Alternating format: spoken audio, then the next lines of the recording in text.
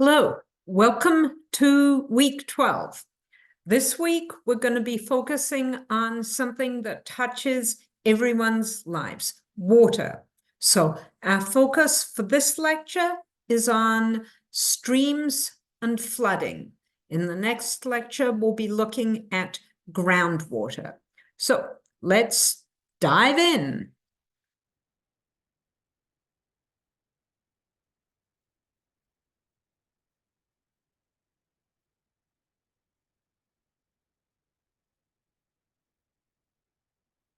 Okay, so as I mentioned, we're thinking about water stuff.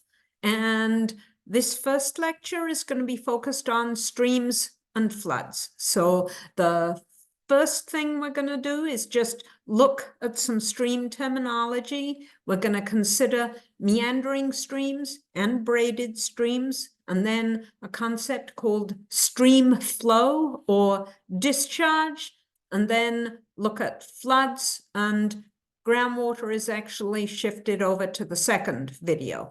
And as I've mentioned in D2L, I'm working on catching up with grading. My spring break is this week, and I've decided I'm going to start by just putting your numerical grades in so you have them. And then I'm going to go back and add my feedback, because the feedback's really important, but I don't want that to slow me down. So let's see, I'm gonna move this silly window to down here for the moment. And yes, we're looking at two streams here. The upper one is a trout stream somewhere in Minnesota. I'm not sure where. If we have any people who fish, you may know. And we're looking at a flooded roadway here in the bottom. So let's dive in. So first of all, just think, what is a stream? Well, for earth scientists, we and hydrologists, we use this word stream for any flow of water that is channelized. In other words, it flows in a channel, regardless of its size. Now, there are a multitude of words that get used for streams. Technically, a stream can be tiny or it can be enormous, like, for example, the Mississippi, the Amazon, any of those really big rivers. Technically, they are all streams. Some of the other terms that get used are river, creek, run, brook, gut, wash, rivulet, gully, beck, and the list goes on and on. So the main take-home message here, and you can consider it as you look at the images on the right, is it doesn't matter how fast the water is moving, whether it's cascading over boulders or barely moving at all, or as shown here in the distance, we've got the Mississippi River flowing on the left-hand side, and there's some kind of backwater in here with a road or railway running along its side. So the main story is streams channelize runoff. So runoff is the word we give to water that just moves down a hill slope. So it doesn't soak into the ground. For some reason, it is just moving over the ground surface until it reaches the stream. And the stream channelizes that. Now, the other thing you need to remember is, well, that water's moving down slope due to gravity. And the next thing we need to think about is, how are streams organized? They're organized, or they all fit within what we call drainage basins or watersheds. I'm sure you've all heard the term watershed districts. Let's now take a moment to consider drainage basins and watersheds. So I want you to start by looking at the diagram on the right here. It's kind of idealized, but what I want you to appreciate is that there's this kind of dashed white line running around an area with streams. That dashed white line marks the boundary of the drainage basin that these streams are draining. Another way to think about it is all or any water rain that falls within that dashed line will feed this network of streams. An even different way to think about it is that this dashed line represents high land. Any water that falls as rain or snow, for that matter, on the left hand or inside that dashed line flows downslope to this drainage basin portrayed here. Water that falls outside of this dashed line will basically be supplying water to a different drainage basin. So there's another set of terminology that you can see around this diagram. So they've used the term watershed as tying it into this dashed line that marks the boundary of the drainage basin. And the word watershed is used interchangeably with drainage basin. And one thing you might wonder is, well, but can't this watershed be divided into a multitude of smaller watersheds? Well, yes. And so the size of different drainage basins and watersheds depends on how or the area you're interested in covering. Anyway, so the place where a stream starts will be its source. Often streams join together, and one stream will be a tributary to another. Usually we use the word tributary for a slightly smaller stream. And there comes a certain point where we have our main river channel. And then wherever it enters either a lake or maybe the ocean, we call the stream mouth. The place where a couple of streams join together is called the confluence. So we've established that a drainage basin or watershed is the area supplying water to a stream. And that area is bounded by the highest land in the area. You know, in many places, particularly in Minnesota, that might only be a foot above the stream. We don't need mountains. And another important point is all streams are part of a watershed. Now, let's take a look at this diagram now of the United States. And it identifies some of our really big watersheds or drainage basins. Whoops. So here we've got the Mississippi River drainage basin shown in this area. I'm highlighting with my cursor. There is the Hudson Bay drainage basin system in blue. There is, I think this is the Mackenzie River drainage basin draining to the Arctic.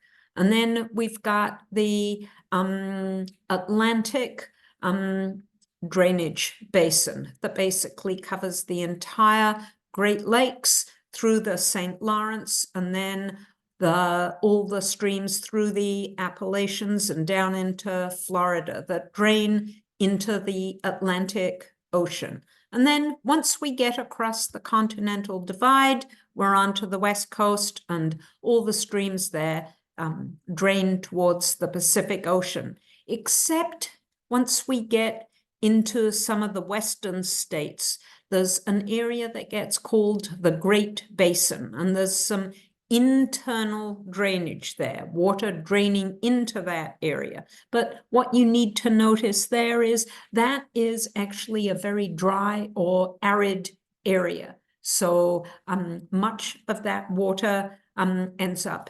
evaporating. Okay, so how does a geologist or a hydrologist, for that matter, look at a stream or classify streams? Well, one of the ways we do this is we consider channel patterns. So let's look at these two images. What I want you to notice in this aerial photo is you can see a stream. I'm highlighting it with my cursor.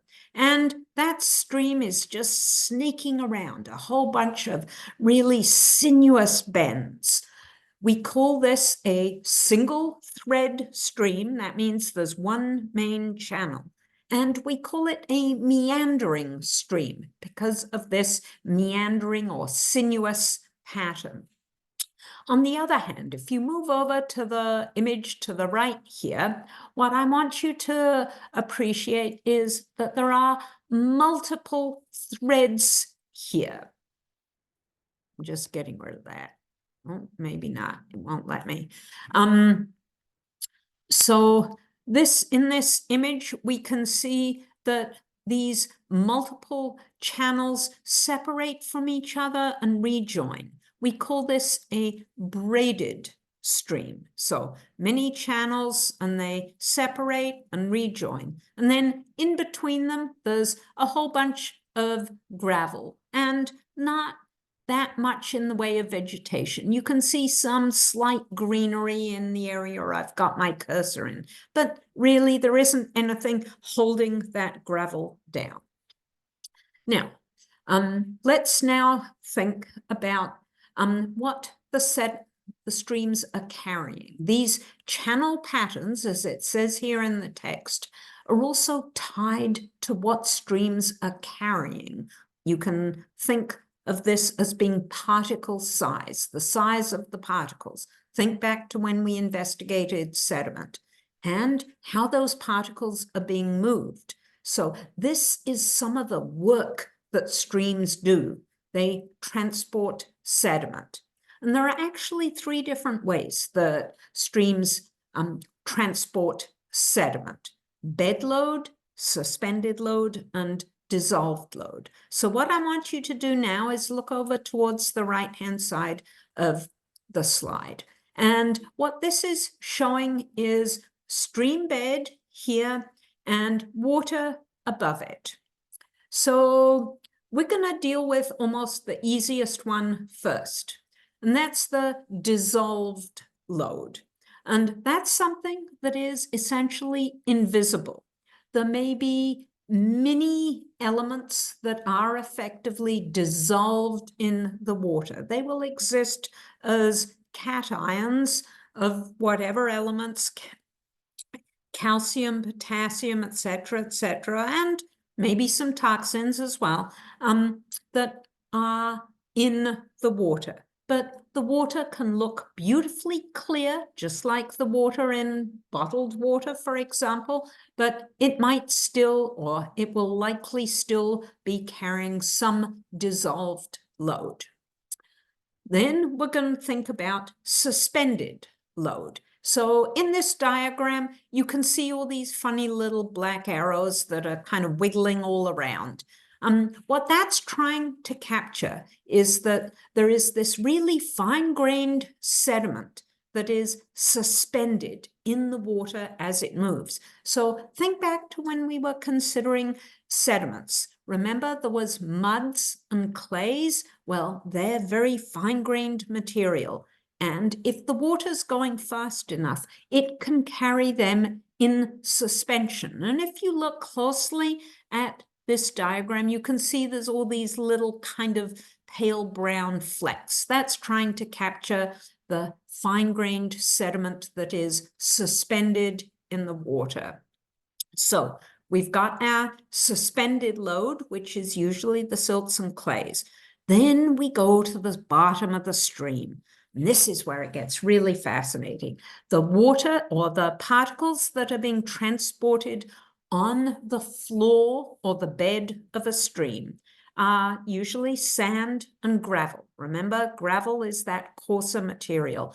And that bed load moves in a whole bunch of different ways, and that depends in part on its size and most importantly on the velocity of the water. Sometimes boulders will roll along the bed of a stream. Other times they might just slide. Sometimes they end up bouncing along the floor of a stream. If you've ever been near a boulder or gravel-bedded stream during a flood event, you can hear boulders clanking against each other.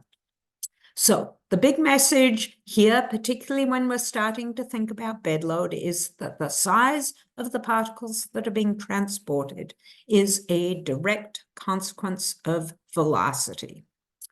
So before we move on with that thought, I want you to just appreciate these two images. Suspended sediment is a huge deal in Minnesota. One of the environmentally concerning issues is the total maximum daily load. There's supposed to be a limit on the amount of fine particles being carried by a stream. And this is where it gets really complicated. Why do we have some streams like what we see on the left-hand side, or here where I've got my cursor on the right-hand side? Why do some streams have a much higher sediment load? In Minnesota, it's mostly about erosion and the size of the material that's available. What we're actually looking at here is the confluence of the St. Croix on the right and the Mississippi on the left. And look at that difference in suspended load. The Mississippi has an enormous suspended load. Part of that is a consequence of its the areas that it traverses in higher upstream, where it goes through the Minnesota River Valley and picks up a lot of fine-grained clay. You can watch a video of this if you go to the link down here. So do that when you go to the slides in D2L. Now, getting back to stream velocity. This is particularly for people who are trying to integrate earth science, maybe into some physics, some higher level work. I know that for some of you, this won't be appropriate, but I want you to, first of all, examine this graph. Then we'll get to the text. On the x-axis, we have particle size going from finer up to coarser. On the y-axis, we have stream velocity. That's the speed of the water in centimeters per second. And what this effectively shows is the velocity that is required, first of all, to pick up or erode sediment. So if the sediment's sitting on a stream bank or on the floor of a stream, how fast does the water have to be going to pick it up? And it shouldn't be any surprise that we see a line that goes up, like where my cursor is highlighting it here. It picks up coarser grain material as it goes faster. There's something goofy that's happening here, though. As it gets finer, it's harder to pick up the clay and silt. Well, that's because clay and silt flocculate, or those fine particles often bind together. Remember clay minerals? And that makes them actually harder to erode as individual particles. What often happens is that you have to wait until the water starts to move a lot faster, and then they get removed as chunks. So in this yellow area, that's velocities associated with the sediment being transported. And then the line that I'm highlighting now between transportation of sediment and deposition of sediment marks the boundary between when all that material is being transported, whether it's as suspended load or maybe as bed load, and when it can no longer be transported by the water. And you could start considering, well, what's the history of a particle of sand with size A? I'm going to leave you to think about that, particularly if you're teaching in high school. For lower grades, this is probably more than you need, even if it's fascinating. So the take-home message here is higher velocity erodes and transports larger particles, and lower velocity only erodes and deposits smaller particles. And then think about what happens as the velocity drops after a flood, for example. We see successively smaller particles being deposited. And just think about any time you've been out in an area where there's a river or stream, particularly after a flood. What do you see everywhere? You see an icky coating of mud, fine-grained particles covering everything. That's because as the velocity dropped, we see successively smaller particles being deposited. Another really interesting piece here is we can go out to a stream and we can look at the size of the particles that are on the stream beaches, and we can use that to figure out how fast the water was actually moving. So this is one of the ways that we learn about stream processes. All right, so just getting back to stream classification. We've already talked about channel patterns, the difference between meandering streams and braided streams. We've talked about how the sediment is moved. We talked about the grain size of the sediment. Now, just think about the presence or absence of vegetation on the banks or in the streams. So I want you to notice this meandering stream here, and it is flowing in between vegetated banks. That vegetation holds the soil or sediment down.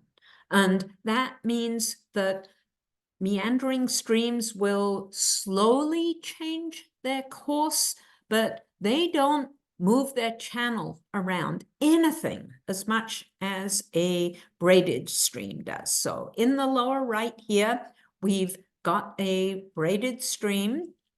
And what I want you to notice is, yes, there are multiple channels, but there is no or limited vegetation on those gravel or sand bars in between the channels. That means there's nothing holding that sediment down or anchoring it. So that means anytime there's a flood event, it's really easy for these multiple threads or channels to shift their location. One thing I want you to just think about, what type of stream would have been most common prior to the development of plants? The answer would be braided streams, because there was no vegetation holding that sediment down.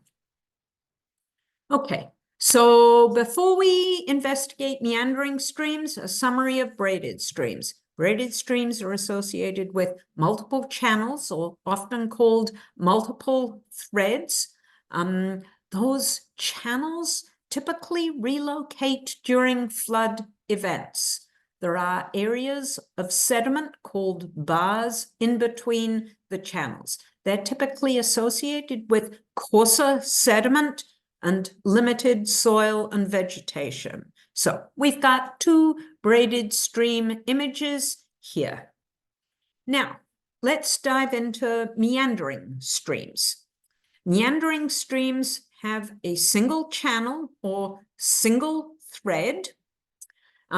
They flow in their own floodplain. So here I'm highlighting with my cursor the main channel. At the moment, you can ignore all the other funky shaped little lake-like things. Ooh, look at how this swings round here. It does a really big loop and then back here and out to the right. So that's our sinuous meandering pattern. I also want you to be clear that we have soils and vegetation that is stabilizing the banks. And I'm just telling you, this stream is carrying finer grained sediment. Now, the next thing we need to think about is, move this a moment. These meandering streams are associated with a very distinct suite of landforms. These include cut banks, point bars, meander loops, and oxbow lakes. This is what we're going to investigate right now. What I suggest you do is, after going through the video, look at the slides in D2L and convince yourself of these features on this image. So we're going to think now about some of the work that a stream does, specifically in a meandering stream, or think about the anatomy of a stream. Where does it do what, or what does it do where? So we know that the stream erodes sediment, transports sediment, and deposits sediment, but we've got a couple of questions. Where does the water move fastest or slowest? How do streams change over time or along their length? And more importantly, what controls the changes in streams over time? So for this, I'm going to shift to the document camera, so bear with me for a moment.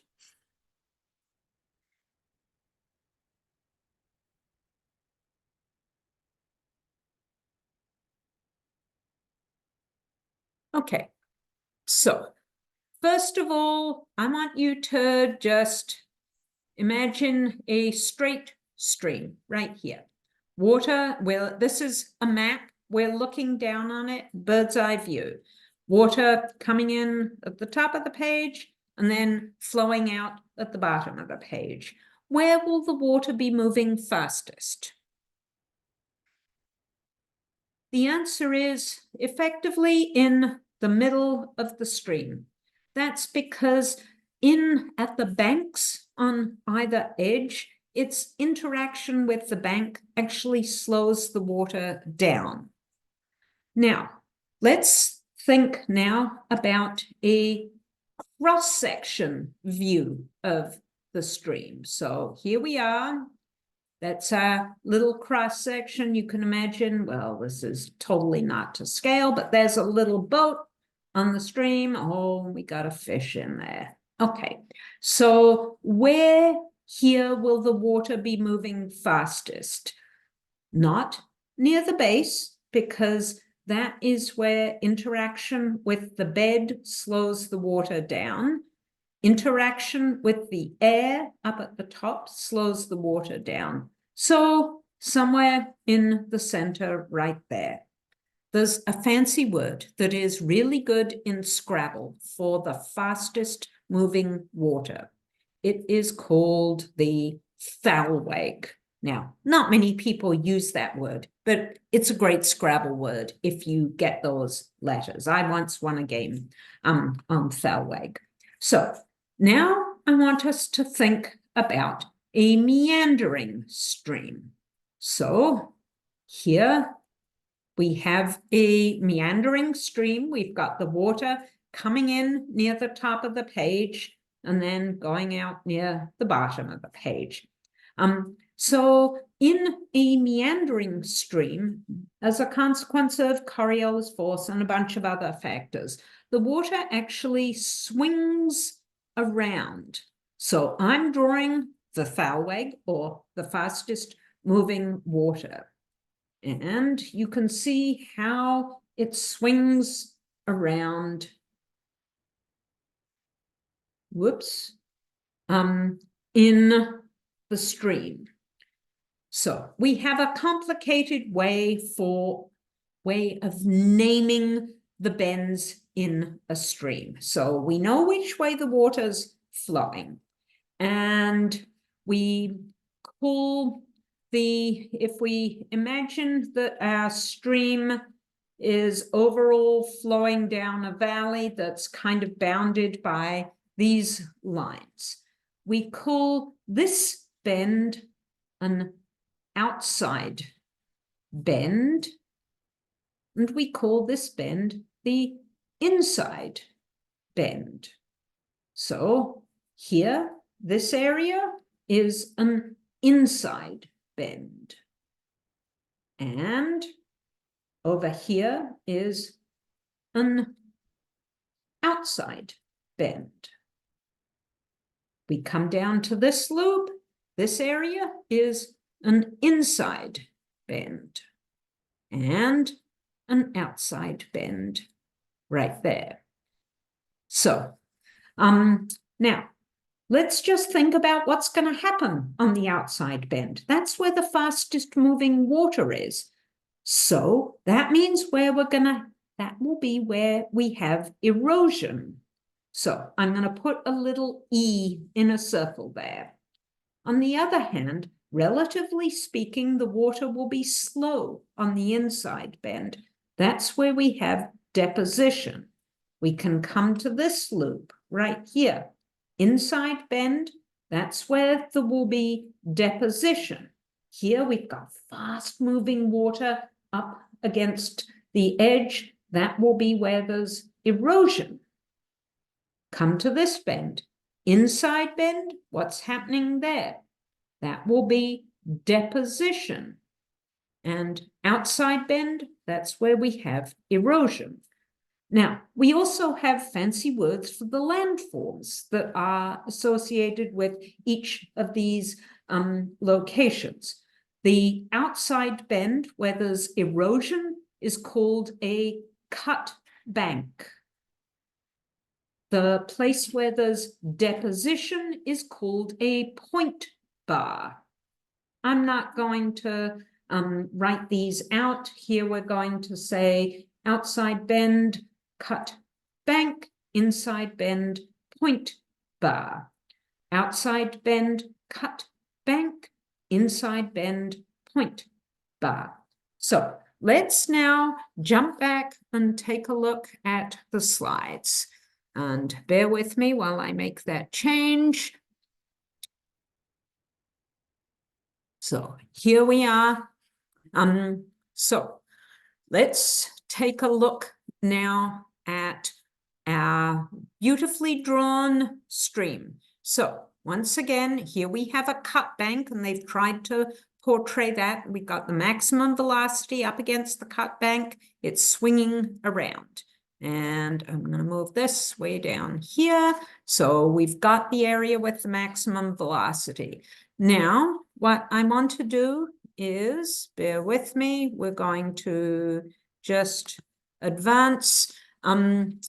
Let's take a look at this aerial photo. What I want you to do is just pause the image and identify, first of all, we have the stream right here.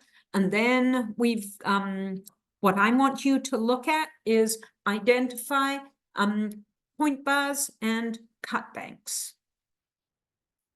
Okay, so I've just picked one location. Here we've got a point bar and there is a cut bank. And I'm going to take a short break right now. We'll come back for part 2 of this video lecture shortly. Thank you.